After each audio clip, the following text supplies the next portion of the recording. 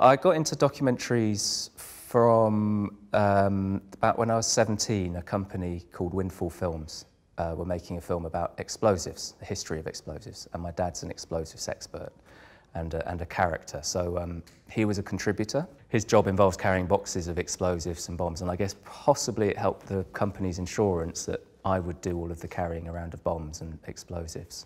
So I ended up working on that, and then David Dugan at Windfall Film said, when you graduate, if you'd like some work experience, you can have some at Windfall. So that was my first job. So after I graduated, I went there, and he was good to his word, and I stayed there for 2 years, which gave me a fantastic opportunity. The first steps, I mean, it depends often when you're brought onto a project, but I've been staff at the BBC for the last 15 years, so a lot of the projects that I work on, I'm brought on immediately after they've come out of development, really, so at the point of commission.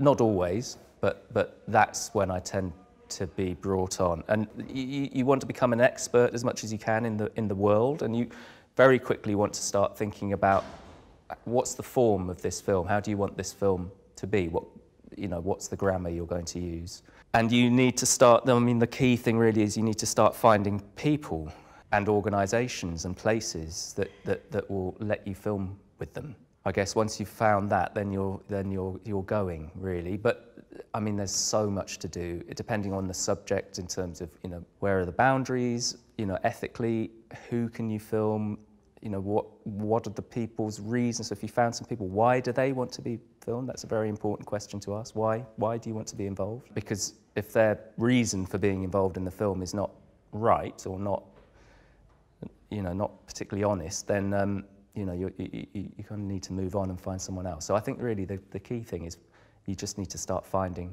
your people and your places, and while you're at it, develop your sense of what's the form? What's the form we're going for here?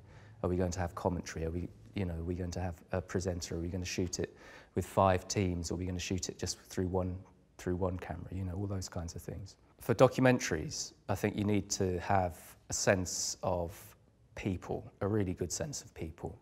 How much you can push people, or how much space you need to give people. You need to maintain relationships over a long time, often while people are going through possibly the most traumatic period in their life. And if you can't maintain that relationship in a way that not just becoming their friend, but maintain that relationship in a way that enables you to make the film you want to make, that's, I think, crucial. You can not do almost everything else. Then obviously, depending on the kinds of films you're interested in, I like observational films. I have to shoot. If you want to make a certain type of film, you need to look at the people that make those films and find out what they're good at and what they do. So in terms of the whole series, one of those early discussions we had that was we wanted to look at drugs from multiple viewpoints in one city. We didn't want to do a bit in Manchester, a bit in Liverpool, a bit in Bristol. So it was our intention at the very outset to film at least 2 perspectives in any film. I was lucky with Heroin Story. I found some fantastic characters who wanted to be involved, and it sustained a single hour, at least I hope it did. But that was day one. This was going to be one story from 2 perspectives. And with Rich and Joe, I was able to do that. Biggest challenge with the Drugsland was the maintaining the access to people who are quite difficult to maintain access with. People in active drug addiction often lead very chaotic lives. Are quite far down the list of their, the things that are important to them. And with Rich and Joe, their life was insanely chaotic. They would have a mobile phone, the next day it would be gone. They would have got someone else's, and you'd be calling. You don't know who you're calling. So it all became about trying to learn their behaviour and where they hang out, and a lot of waiting and looking for them.